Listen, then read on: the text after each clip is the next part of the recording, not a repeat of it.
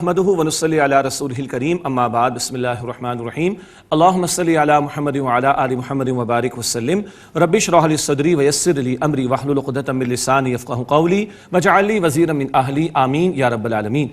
ناظرین کرام السلام علیکم ورحمۃ اللہ وبرکاتہ۔ ناظرین کرام خوش آمدید کہتے ہیں۔ دورہ ترجمہ قرآن کا سلسلہ جاری، سورۃ النحل کا ہم مطالعہ کر رہے ہیں۔ مشرکین مکہ کا تذکرہ بھی ہوا، اللہ کے نیک بندوں کا بیان بھی آیا اور نعمتوں کا ذکر بھی جاری ہے۔ مطالعہ آگے بڑھاتے ہیں سورۃ النحل کی آیت نمبر 53 سے۔ اعوذ باللہ من الشیطان الرجیم، بسم اللہ الرحمن الرحیم۔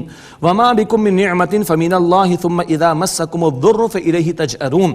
اور تمہارے پاس جو کوئی بھی نعمت ہے پس وہ اللہ سبحانہ وتعالی کی طرف سے ہے، پھر جب تمہیں تکلیف پہنچتی ہے تو اسی کی طرف تم روتے اور چلاتے ہو۔ یقیناً اسی کے حضور گڑگڑانا چاہیے۔ اس کے بعد کیا ہوتا ہے؟ ثم اذا کشف الضر عنکم اذا فریق منکم بربہم یشرکون۔ پھر جب وہ اللہ تم سے سختی کو دور کر دیتا ہے تو تم میں سے ایک فریق اسی وقت اپنے رب کے ساتھ شرک کرنے لگ جاتا ہے، بھول جاتے ہو اللہ تعالیٰ کو، غیروں کے پیچھے چلے جاتے ہو۔ لیکفروا بما آتیناہم، تاکہ وہ اس کی ناشکری کریں جو ہم نے انہیں عطا فرمایا۔ فتمتعوا، بس تم تھوڑا فائدہ اٹھا لو۔ فسوف تعلمون، بس عنقریب تم جان لوگے اس ناشکری کا انجام۔ وَيَجْعَلُونَ لِمَا لَا يَعْلَمُونَ نَصِيبًا مِّمَّا رَزَّقْنَاهُمْ، اور جو ہم نے انہیں عطا فرمایا اس میں سے وہ ان کے لیے حصہ مقرر کرتے ہیں جن معبودوں کو وہ جانتے بھی نہیں ہیں۔ بے خیالی کے اندر اور گمان کی سطح پر انہوں نے معبود بنا رکھے ہیں، ان کی حقیقت کچھ بھی نہیں ہے۔ تو ہمارے رزق میں سے ان جھوٹے معبودوں کے لیے حصہ مقرر کیا جا رہا ہے۔ کس قدر ناشکری کی بات۔ تاللہ لتسألون عما کنتم تفترون، اللہ تعالیٰ کی قسم تم سے ضرور اس کے بارے میں سوال کیا جائے گا جو تم جھوٹ گھڑتے تھے۔ وَيَجْعَلُونَ لِلَّهِ الْبَنَاتِ سُبْحَانَهُ وَلَهُم مَّا يَشْتَهُونَ، اور وہ اللہ تعالیٰ کے لیے بیٹیاں ٹھہراتے ہیں، اللہ تعالیٰ جو سے پاک ہیں، اور اپنے لیے وہ جو ان کا دل چاہتا ہے۔ اللہ اکبر۔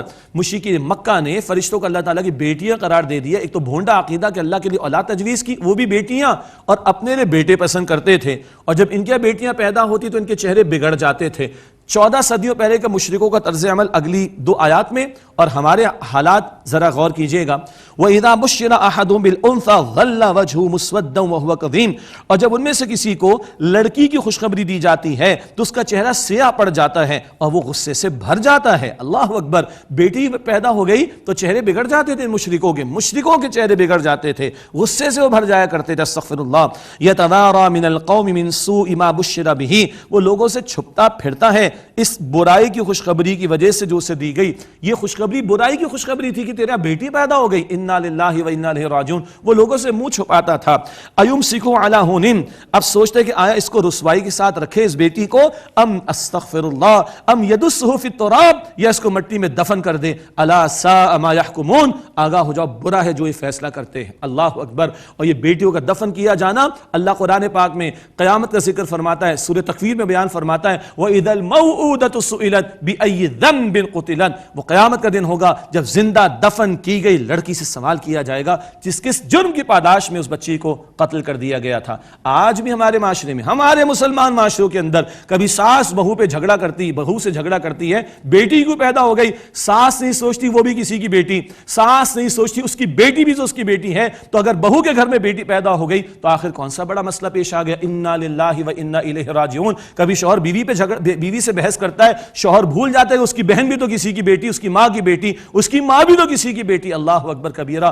یہ ظلم ہمارے معاشرے میں، بچیوں کو ہم نے بیٹیوں کو بوجھ سمجھا۔ اللہ اکبر کبیرہ۔ محمد مصطفیٰ صلی اللہ علیہ وسلم نے فرمایا جس کی 2 بیٹیاں ہوں ان کی پیدائش پر منہ نہ بنائے، ان کی پرورش کرے، ان کی تربیت کرے، نکاح کا بندوبست کرے۔ ایک حدیث میں ذکر آیا، حضور نے فرمایا کہ میں اور وہ ساتھ ہوں گے۔ حضور علیہ السلام کو مبارک ہاتھ، اور آپ کے مبارک ہاتھ کی 2 انگلیاں حضور نے ملا کر بتایا کہ اس طرح وہ میرے ساتھ ہوں گے۔ فرمایا کہ جس کی 2 بیٹیاں ہوں، ایک روایت میں 3 کا، ایک روایت میں 2 کا ذکر، یہ بیٹیاں جہنم سے بچاؤ کا ذریعہ بنیں گی، یہ بیٹیاں جنت میں داخلے کا ذریعہ بنیں گی۔ حضور علیہ السلام نے اپنے لیے عام طور پر لوگوں کا کھڑا ہونا تعظیماً پسند نہیں فرمایا۔ بیٹیاں آتی، پیاری بیٹی فاطمہ الزہرا آتی رضی اللہ تعالی عنہ، حضور کھڑے ہو کر استقبال فرماتے۔ حضور نے فرمایا اگر مجھے اجازت ہوتی پریفرنس کی، ترجیح دینے کی، میں بیٹیوں کو بیٹوں کے مقابلے میں ترجیح دیتا۔ اللہ اکبر کبیرہ۔ کہاں رسالت مآب صلی اللہ علیہ وسلم کا یہ پیارا طرز عمل۔ اور سنیے گا، 3 بیٹے حضور کو عطا ہوئے، چھوٹی عمر میں انتقال ہو گیا، 4 بیٹیاں حضور کو عطا ہوئیں، وہ جوان بھی ہوئی ہیں۔ اللہ اکبر کبیرہ۔ یہ تو نسبت محمد مصطفیٰ صلی اللہ علیہ وسلم کے ساتھ۔ اب ہم غور کریں، ہم تو مسلمان ہیں، اور نبی اکرم علیہ السلام کی امتی ہیں، وہ تو مشرک تھے جن کے چہرے بگڑ جاتے تھے، استغفر اللہ، ہمارے چہرے استغفر اللہ، ہم بیٹیوں کو بوجھ سمجھیں، انا للہ و انا الیہ راجعون۔ ایک دل سے بات عرض کروں، آج بیٹیاں بوجھ کیوں ہیں؟ ہم نے نکاح کو مشکل بنایا، ہم نے نکاح کو بوجھ بنایا، ہم نے نکاح میں ہندوانہ اور نہ جانے غلط کتنی رسومات کو شامل کر کے اپنی بیٹیوں کے معاملات کو مشکل بنایا، اس لیے بیٹیاں بوجھ لگتی ہیں ہم کو۔ نکاح کو آسان کیجئے، مسئلہ ختم ہو جائے گا، اور اللہ تعالیٰ کی قسم اٹھا کر یہ بات عرض کروں، سنت کے مطابق نکاح کا بندوبست کیجئے، اللہ کسی کو 40 بیٹیاں بھی عطا کر دے کوئی مسئلہ نہیں۔ کیوں؟ کفالت کی ساری ذمہ داری مرد پر ڈالی گئی، عورت پر نہیں۔ بیٹیاں پھول ہوتی ہیں، بیٹیاں اللہ کی نعمت ہوتی ہیں، بیٹے بھی اللہ کی نعمت ہے، بیٹے پریشان نہ ہو جائیں، صدقہ جاریہ بیٹا بھی بنے گا، صدقہ جاریہ بیٹی بھی بنے گی، مگر بیٹیوں کی قدر کیجئے، ناقدری نہ کیجئے۔ اللہ تعالی ہمیں سلامت رکھے اور ہمارے بچوں کے ساتھ حسن سلوک کی توفیق دے، اور خاص طور پر بیٹیوں کی قدر کرنے کی توفیق عطا فرمائے۔ الا ساء ما يحكمون، آگاہ ہو جاؤ، برا ہے جو وہ فیصلہ کرتے ہیں۔ للذین لا یؤمنون بالآخرۃ مثل السوء، جو لوگ آخرت پر ایمان نہیں رکھتے ان کا حال برا ہے۔ وللہ المثل الاعلی، اور اللہ تعالیٰ کی شان بلند ہے۔ وہو العزیز الحکیم، اور وہ اللہ تعالیٰ غالب حکمت والا ہے۔ وَلَوْ يُؤَاخِذُ اللَّهُ النَّاسَ بِظُلْمِهِمْ مَا تَرَكَ عَلَيْهَا مِن دَابَّةٍ، اور اگر اللہ تعالیٰ گرفت فرمائے لوگوں کی ان کے ظلم کی وجہ سے تو زمین پر کوئی جاندار، ما ترک علیہا من دابہ، زمین پر کوئی جاندار باقی نہ چھوڑے، وَلَٰكِن يُؤَخِّرُهُمْ إِلَىٰ أَجَلٍ مُّسَمًّى، لیکن اللہ تعالیٰ انہیں ڈھیل دیتا ہے ایک مدت مقررہ تک کے لیے۔ ہر گناہ پر اللہ پکڑے، ایک جاندار باقی نہ چھوڑے، اللہ مہلت دیتا ہے۔ ہاں فَإِذَا جَاءَ أَجَلُهُمْ لَا يَسْتَأْخِرُونَ سَاعَةً وَلَا يَسْتَقْدِمُونَ، پھر جب ان کا وقت آ جاتا ہے تو نہ ایک گھڑی وہ پیچھے ہٹتے ہیں اور نہ ایک گھڑی وہ آگے بڑھتے ہیں۔ ایک فرد کی بھی موت کا وقت معین، ایک قوم کے لیے بھی مہلت کا وقت معین ہوتا ہے۔ وَيَجْعَلُونَ لِلَّهِ مَا يَكْرَهُونَ وَتَصِفُ أَلْسِنَتُهُمُ الْكَذِبَ أَنَّ لَهُمُ الْحُسْنَى، اور وہ اللہ تعالیٰ کے لیے ٹھہراتے ہیں وہ جو اپنے لیے ناپسند کرتے ہیں، یعنی بیٹیاں، اور ان کی زبانیں جھوٹ بیان کرتی ہیں کہ ان کے لیے کوئی بھلائی کا معاملہ، اپنے آپ کو نہ جانے کیا سمجھتے ہیں۔ لا جرم ان لهم النار وانهم مفرطون، لازمی سی بات تو یہ ہے کہ ان کے لیے جہنم ہے، بے شک وہ جہنم میں پہلے بھیجے جائیں گے۔ یہ بڑے مجرم مشرکین، ان کے لیے عذاب بھی زیادہ ہوگا۔ تاللہ لقد ارسلنا الی امم من قبلک، یقیناً اللہ تعالیٰ کی قسم کہ یقیناً ہم نے بھیجے آپ سے پہلے امتوں کی طرف رسول۔ فزین لهم الشیطان اعمالهم، پھر شیطان نے ان لوگوں کو ان کے برے اعمال مزین کر کے دکھا دیے۔ فهو ولیہم اليوم ولهم عذاب علیم، پس آج وہ ان کا ساتھی بنا ہوا ہے اور وہ ان کے لیے دردناک عذاب ہے۔ شیطان بھی جہنم میں اور اس کی پیروی کرنے والے بھی۔ وما انزلنا علیک الکتاب الا لتبین لهم الذی اختلفوا فیہ، اور ہم نے آپ پر کتاب نازل نہیں کی مگر اس لیے کہ اے نبی علیہ السلام آپ واضح فرما دیں اس بات کو جس میں ان لوگوں نے اختلاف کیا۔ حضور قرآن پاک کی وضاحت فرمائیں گے سنت کی اہمیت۔ وہدی ورحمۃ لقوم یؤمنون، اور ہدایت اور رحمت ان کے لیے جو ایمان لائے ہیں۔ واللہ انزل من السماء ماء فاحیا به الارض بعد موتها، اور اللہ تعالیٰ نے آسمان سے پانی اتارا یعنی بارش برسائی، پھر اس سے زمین کو اس کی موت کے بعد زندگی عطا کی۔ ان فی ذلک لآیۃ لقوم یسمعون، بے شک اس میں ان لوگوں کے لیے نشانی ہے یقیناً جو سنتے ہیں۔ اللہ مردہ زمین کو زندگی دیتا ہے بارش کے ذریعے، تم مر جاؤ گے تمہیں بھی زندگی دینے والا کون؟ اللہ سبحانہ و تعالیٰ۔ اگلے رکوع میں اللہ تعالیٰ کی قدرتوں کا بڑا پیارا بیان آ رہا ہے، ہماری روزمرہ کی مثالوں میں سے مثالیں عطا کی جا رہی ہیں۔ نگاہ چاہیے غور و فکر کرنے والی کہ جس سے اللہ تعالیٰ کی معرفت اور اللہ تعالیٰ کی محبت اور اللہ تعالیٰ کی عظمت میں اضافہ ہوتا ہے۔ غور و فکر کی دعوت۔ وَإِنَّ لَكُمْ فِي الْأَنْعَامِ لَعِبْرَةً، اور بے شک تمہارے لیے چوپایوں میں مقام عبرت ہے، سبق آموزی۔ میملز کا ذکر ہے، دودھ دینے والے جانور خاص طور پر۔ نُسْقِيكُم مِّمَّا فِي بُطُونِهِ مِن بَيْنِ فَرْثٍ وَدَمٍ لَبَنًا خَالِصًا سَائِغًا لِلشَّارِبِينَ، ہم تمہیں پلاتے ہیں خالص دودھ اس سے جو گوبر اور خون کے درمیان ان کے پیٹوں میں ہے، پینے والوں کے لیے خوشگوار ہے۔ کبھی غور کیا ہم سب بھینس کا دودھ استعمال کر رہے ہیں، گائے کا دودھ استعمال کر رہے ہیں، کوئی بکری کا دودھ استعمال کر رہا ہے، کوئی اونٹنی کا دودھ استعمال کر رہے ہیں، غذا تو ایک ہی جا رہی ہے، گھاس پھوس کھایا، پانی پیا، اور گوبر الگ ہو گیا، پیشاب الگ ہو گیا، خون الگ ہو گیا، درمیان سے صاف شفاف سفید دودھ اللہ عطا فرماتا ہے۔ ایک لکیر بھی کبھی اس میں خون کی دیکھی ہے؟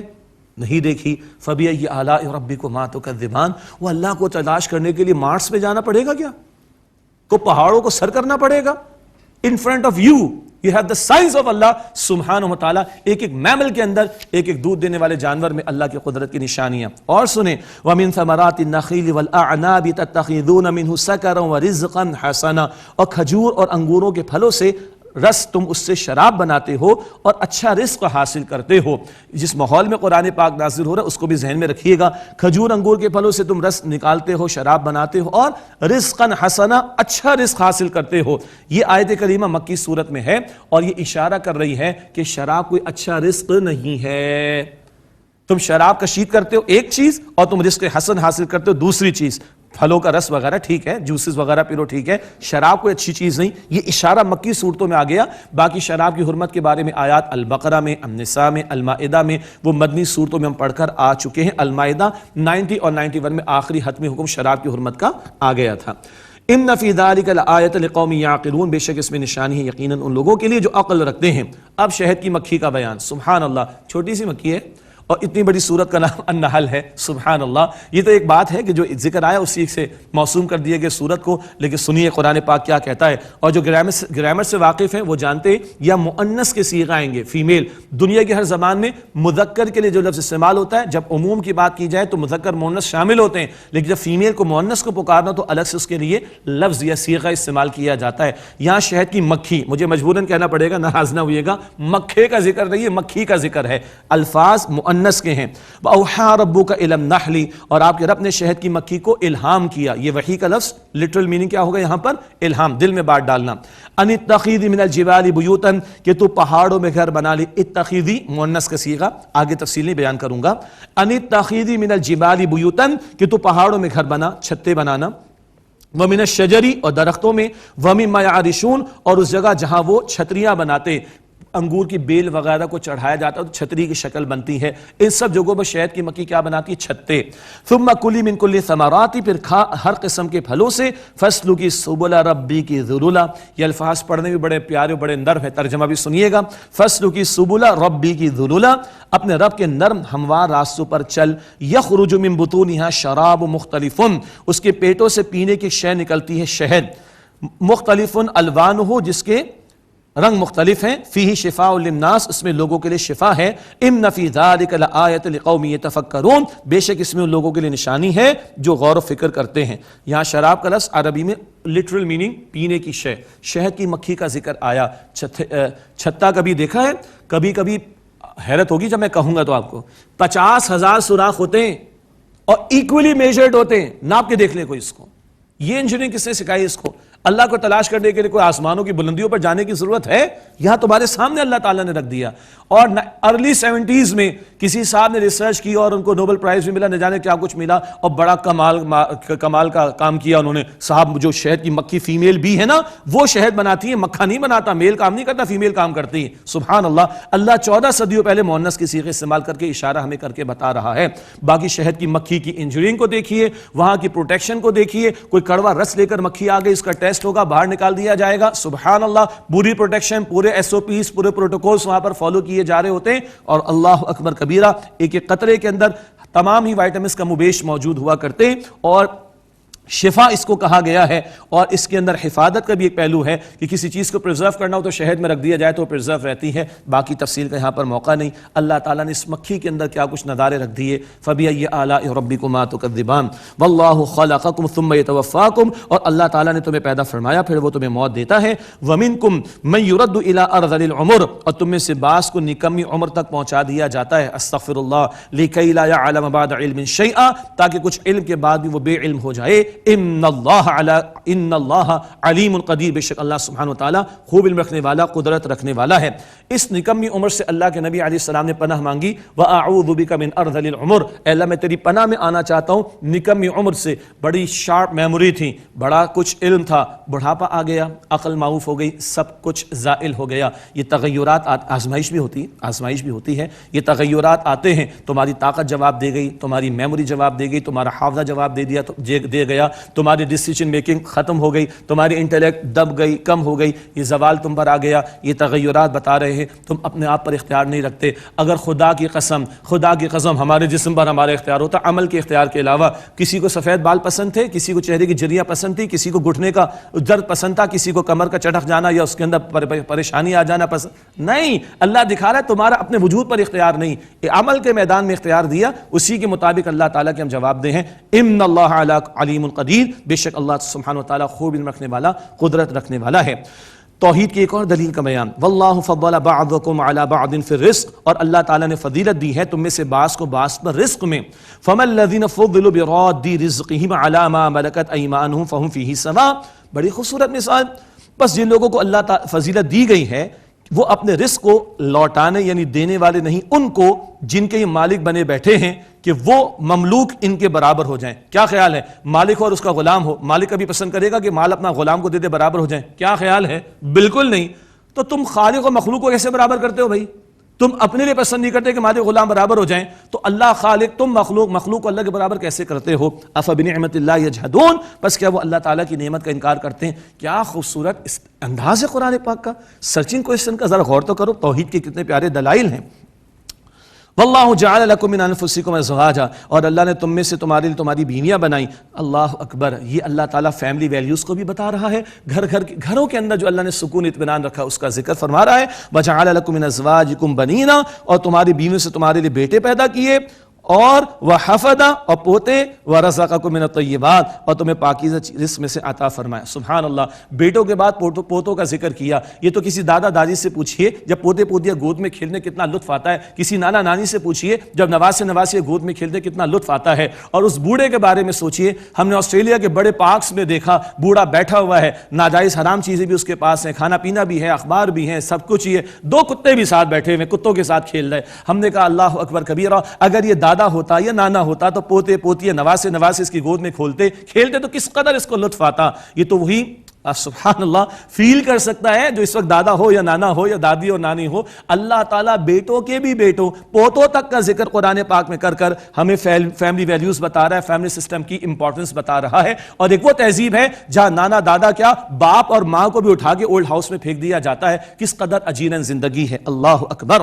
ورزقکم من الطیبات، اور اللہ تمہیں پاکیزہ چیز اس نے عطا فرمائی. افبالباطل یؤمنون وبنعمت اللہ هم یکفرون، کیا وہ باطل کو مانتے ہیں اور اللہ تعالیٰ کی نعمت کا انکار کرتے ہیں. وَيَعْبُدُونَ مِن دُونِ اللَّهِ مَا لَا يَمْلِكُ لَهُمْ رِزْقًا مِنَ السَّمَاوَاتِ وَالْأَرْضِ شَيْئًا، اور وہ اللہ تعالیٰ کے سوا ان کی پرستش کرتے ہیں جنہیں اختیار نہیں ان کے لیے رزق نہ آسمانوں میں اور نہ زمین میں کچھ بھی. وَلَا يَسْتَطِيعُونَ، اور وہ جھوٹے معبود کچھ قدرت نہیں رکھتے. فَلَا تَضْرِبُوا لِلَّهِ الْأَمْثَالَ، پس تم چسپا نہ کرو اللہ تعالیٰ پر مثالیں، مخلوق کو خالق کے برابر قرار مت دو. إِنَّ اللَّهَ يَعْلَمُ وَأَنْتُمْ لَا تَعْلَمُونَ، بے شک اللہ تعالیٰ جانتا ہے اور تم نہیں جانتے.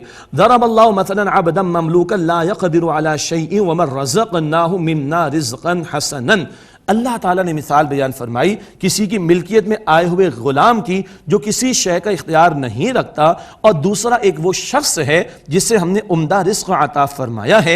فَهُوَ يُنْفِقُ مِنْهُ سِرًّا وَجَهْرًا، تو وہ اس سے پوشیدہ اور ظاہری طور پر خرچ کرتا ہے. هَلْ يَسْتَوُونَ، کیا دونوں برابر ہو سکتے ہیں؟ کتنی سادہ مثال. یقیناً نہیں. تو اگر ایک غلام ہے اور ایک آزاد ہے یہ برابر نہیں، تو مخلوق محتاج ہے اور خالق کی محتاج ہے، اور خالق کسی کا محتاج نہیں. تم کیوں مخلوق و خالق کو برابر کرتے ہو؟ الحمدللہ، تمام تعریف تمام شکر اللہ تعالیٰ کے لیے ہے.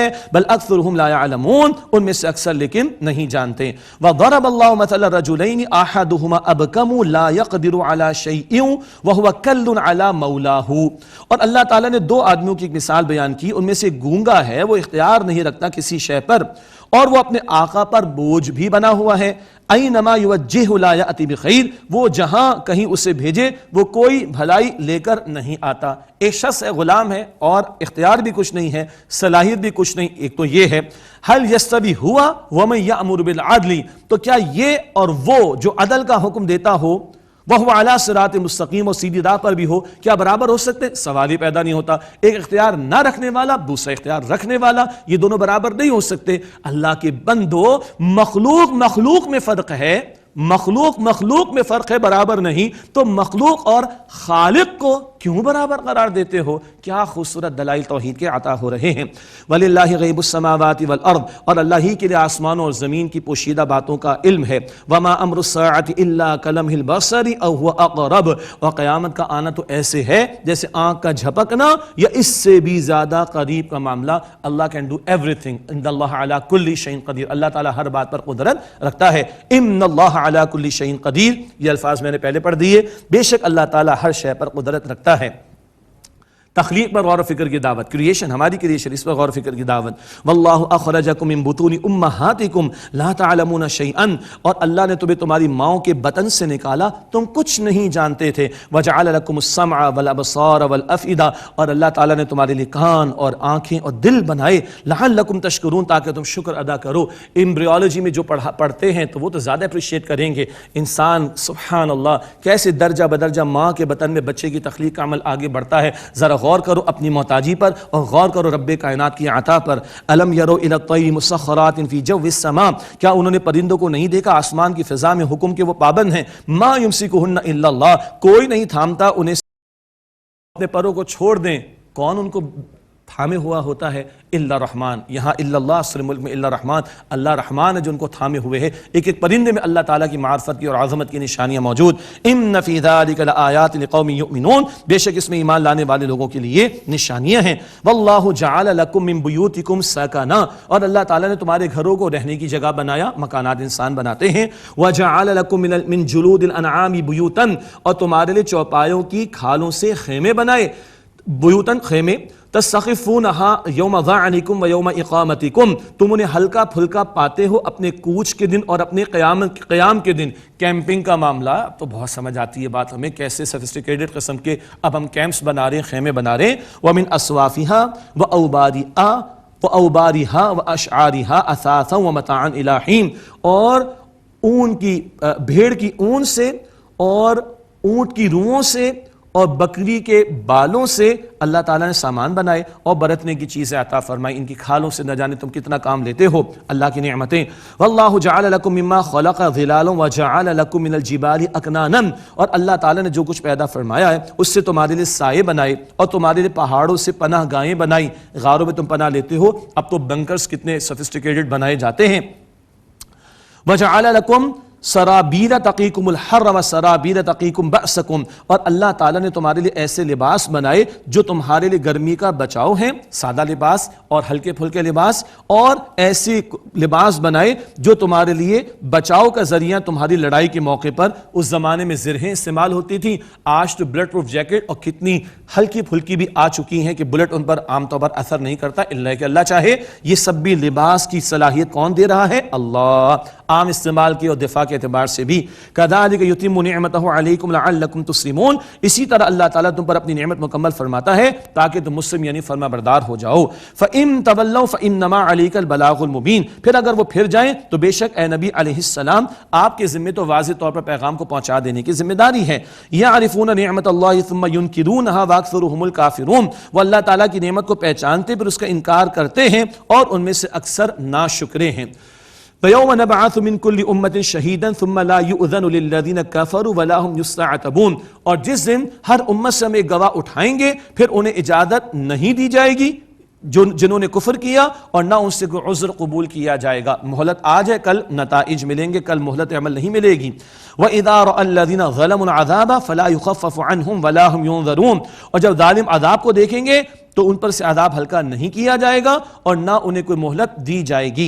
وَإِذَا رَأَى الَّذِينَ أَشْرَكُوا شُرَكَاءَهُمْ، اور جب مشرک اپنے شریکوں کو دیکھیں گے، قالوا تو کہیں گے ربنا هؤلاء شركاؤنا الذين كنا ندعو من دونك، اے ہمارے رب یہ ہیں ہمارے وہ شریک جنہیں ہم تیرے سوا پکارتے تھے.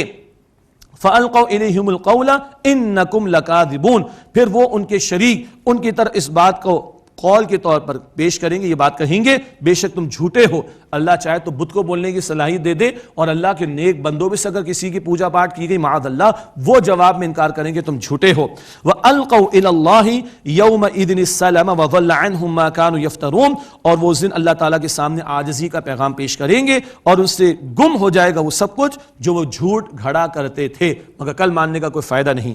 الَّذِينَ كَفَرُوا وَصَدُّوا عَنْ سَبِيلِ اللَّهِ، اور جن لوگوں نے کفر کیا اور اللہ تعالیٰ کے راستے سے روکا، زدناہم عذابا فوق العذاب بما كانوا يفسدون، ہم ان کے لیے عذاب پر عذاب بڑھا دیں گے کیونکہ وہ فساد مچاتے تھے.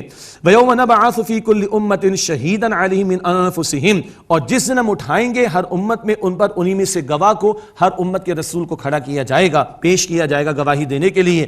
وَجِئْنَا بِكَ شَهِيدًا عَلَى هَؤُلَاءِ، اور اے نبی علیہ الصلوۃ والسلام ہم آپ کو ان سب پر بطور گواہ لائیں گے.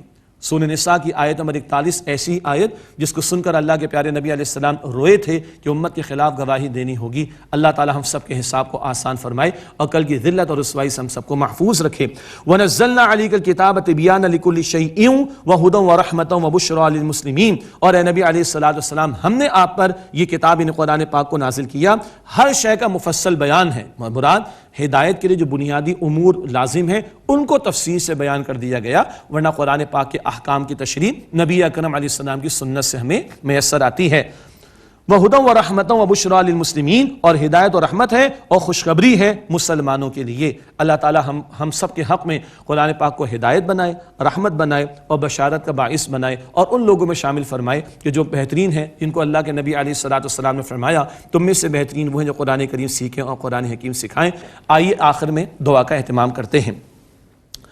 بسم اللہ الرحمن الرحیم، یا ذا الجلال والاکرام یا ارحم الراحمین، اللہم صلی علی محمد وعلی آل محمد وبارک وسلم۔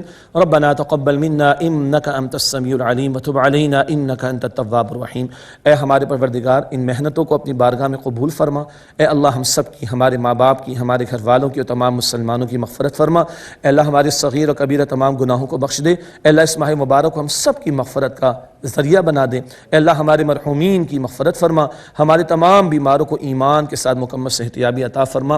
اے اللہ اس پورے عالم میں جو وبا چھائی ہوئی ہے، اے اللہ اس کے اثرات کو دور کر دے۔ اے اللہ ہم اپنے گناہوں کا اعتراف کرتے ہیں، اے اللہ ہمارے گناہوں پر ہماری پکڑ نہ فرما۔ اے اللہ ہمارے دل اگر سخت ہو گئے تو اللہ ہمیں معاف کر دے۔ اے اللہ دلوں کو نرم فرما دے، اپنی طرف رجوع کی توفیق عطا فرما دے۔ اے اللہ سچی پکی توبہ کی توفیق عطا فرما دے۔ اے اللہ ہم سب کو عافیت، امن اور سلامتی عطا فرما دے۔ اے اللہ آخرت کا طلبگار بنا دے۔ اے اللہ ہم سب کی حیا اور ایمان کی حفاظت فرما۔ اے اللہ ہماری نیک و جائز حاجات کو قبول فرما۔ اے اللہ تو علی کل شیء قدیر، اے اللہ ہماری مشکلات کو آسان فرما دے۔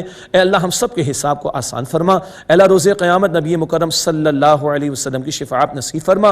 اے اللہ ہم سب کو قیامت کی ذلت اور رسوائی سے بچا لے۔